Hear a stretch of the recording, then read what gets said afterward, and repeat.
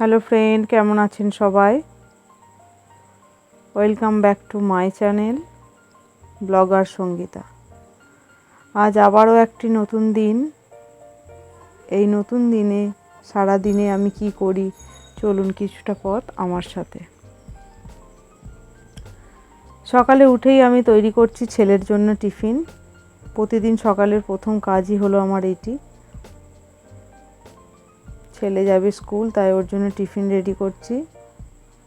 এই যে আজকে একটু পাকামি করছিল, যাচ্ছে বাবার সাথে। আজ বাবা যেহেতু সকালের দিকটা বাড়িতে ছিল, তারপরে অফিস গেছে।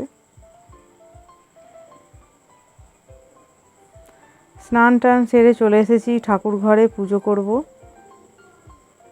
দিনের দ্বিতীয় কাজ আমার এটাই, স্নান টান করে পুজো করা। তারপরে সারাদিনের রান্না বান্না যা করার করি।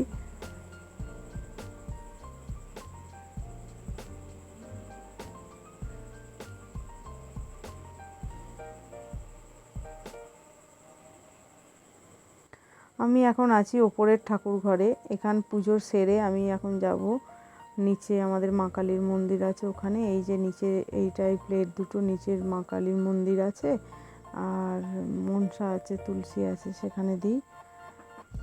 ঠাকুর ঘরের পুজোটা আগে সেরে নিই। পুজো করতে আমাদের বাড়িতে মোটামুটি ভালো টাইমই লাগে, যেহেতু ওপরে ঠাকুর ঘর আবার নিচে অনেকটা টাইমই লাগে। তবে সকালবেলা পুজো করলে মনটা খুব ভালো লাগে, মন শান্তি থাকে। সারাদিনের কাজে যে কোনো কাজই ভালো লাগে করতে। তারপর পুজোটা পরে করতে ভালো লাগে না। পুজো করে খাওয়া দাওয়া করো, সব ঠিক আছে।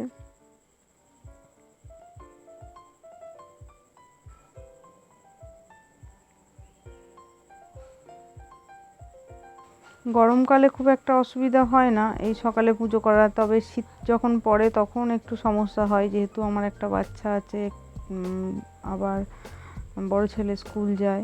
অসুবিধা একটু শীতকালটাই হয়।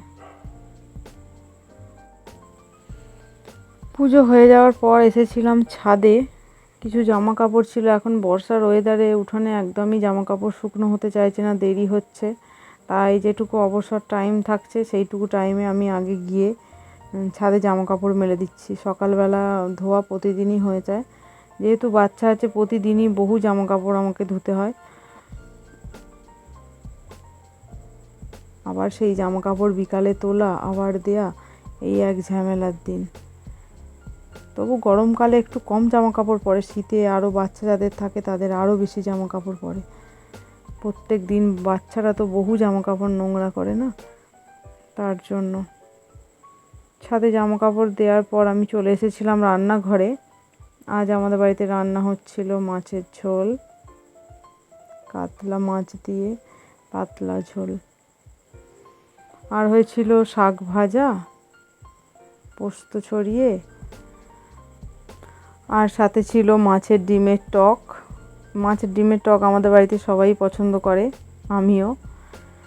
রান্না বান্না সেরে প্রতিদিনই চলে এসেছি প্রতিদিনকার মতো উপরে। ছোট ছেলে আর আমি একসাথে টাইম কাটাবো। বড় ছেলে এখনও স্কুল থেকে ফেরেনি। আজ যা বৃষ্টি পড়ছে, ওর আসতে একটু অসুবিধা হবে বলেই মনে হচ্ছে। ওয়েদার সকাল থেকেই বেশ গরম ছিল, রোদ ঝলমলে, কিন্তু দুপুরের দিকটা ভালোই বৃষ্টি হয়েছে আমাদের দিকে। বড় ছেলে আসার আগেই আমি ছোট ছেলেকে খাইয়ে ঘুম পাড়িয়ে দিই। এই কারণেই যে ও না ঘুমোলে আমাদেরকে খেতে দেয় না, একদম খুব অসুবিধা করে। এই কারণেই বড় ছেলে যেহেতু 2টোর সময় ফেরে, তাই তার আগে আমি সবসময় চেষ্টা করি ছোট ছেলেকে খাইয়ে ঘুম পাড়িয়ে দেওয়ার। ও ঘুমিয়ে পড়লে এবার আমরা দুজনে মা ছেলে খাই শান্তিতে। কিন্তু যেদিন না ঘুমোয় সেদিন যা অসুবিধা করে। দেখি আমার দিকে দেখাও। পড়বো না। আচ্ছা, আমি পড়িয়ে দিতাম।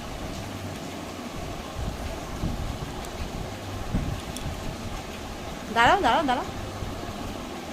এই যে, ইস কি সুন্দর লাগছে রে, একবার বলে দাও তো। লাগেনি? একবার বলে দাও কি সুন্দর লাগছে রে।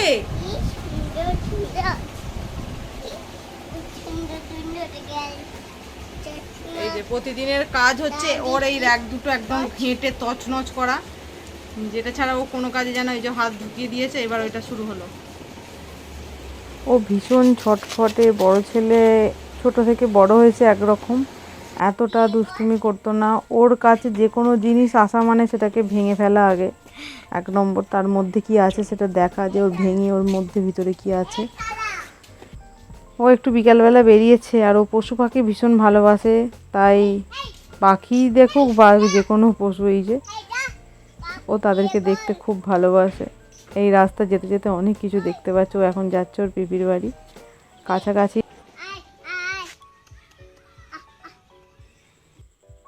এখন রাত্রিরের খাবার এখনো খাওয়া হয়নি, আমি বসে আছি, ছেলেরা আমার কাছে নেই। আমি এখন একাই বসে আছি, তাই একটু কথা বলছি। কথা শোনার মতো লোক খুব কম, বলার লোক আমি। প্রচুর কথা বলতে ভালোবাসি।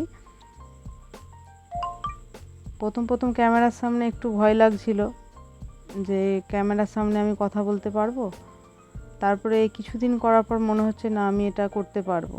নিজের মন যা চায় সেটা একটু করা ভালো।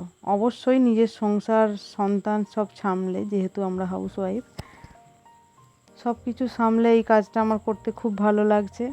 যতটুকু টাইম পাচ্ছি সেই টাইমটা নিজেকে দিতে পারছি, বেশ ভালোই লাগছে এইরকম পথে হাঁটতে। সব কিছু ম্যানেজ করে নিজের ভালো লাগার একটা জায়গায় কাজ করতে পারাটা আমার খুব ভালো লাগছে। জানি না সবাই কিভাবে নিচ্ছে আমার এই কাজটাকে, আমি নিজে খুব ভালো লাগছে এই কাজটা করতে। আজ আমাদের বাড়িতে রাত্রি রান্না হয়েছিল আলুর দম, আর হয়েছিল পরোটা। রাত্রিরে সবাই এই দিয়ে খাওয়া দাওয়া করব। আজকের মতো ভিডিওটি এখানেই শেষ করছি। সবাই ভালো থাকবেন, সুস্থ থাকবেন, আর অবশ্যই আমাদের জন্য প্রার্থনা করবেন। আর যদি ভিডিওটি আপনাদের ভালো লাগে থাকে তবে একটা লাইক করে দেবেন। ধন্যবাদ।